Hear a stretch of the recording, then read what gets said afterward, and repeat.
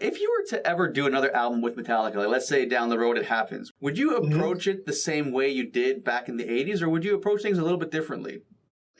I'll probably approach it differently, but that's because the band has evolved.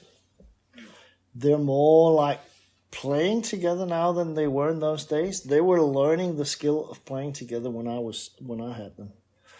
And in order to reach that level of perfection that we wanted on the albums, we had to record things bit by bit. So, yeah, I would probably do it differently. And also, I think the way they work now, they actually write and record at the same time. So the writing process and the recording process is kind of blurring into each other. So it would be very different, yeah.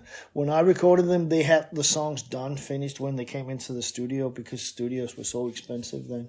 Now their rehearsal room is their studio, so it's kind of blurring into each other.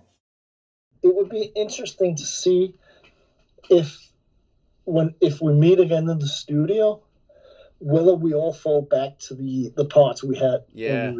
Because there's a tendency, once you've been away from each other for a long time and you get together, like within the first 5 minutes, you totally go back to the parts you had when you split. Yeah. So, yeah. That would be really cool. It would be great, yeah. I'd love that. Yeah. So what did you think of their most recent record, 72 Seasons? I think it's really, really good. I think there's some really good songs on there. Mm-hmm. Of all the different Metallica songs you've worked on, was there any one in particular that stuck out to you?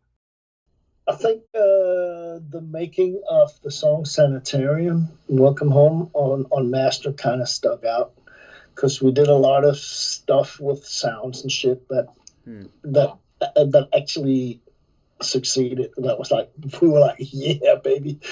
That stuck out, really. I mean, the guitar starts out in mono, and if you listen to it in headphones, at one point I flick a switch, and it's all stereo. And if you hear it on headphones, you're going to get blown away. It sounds so good.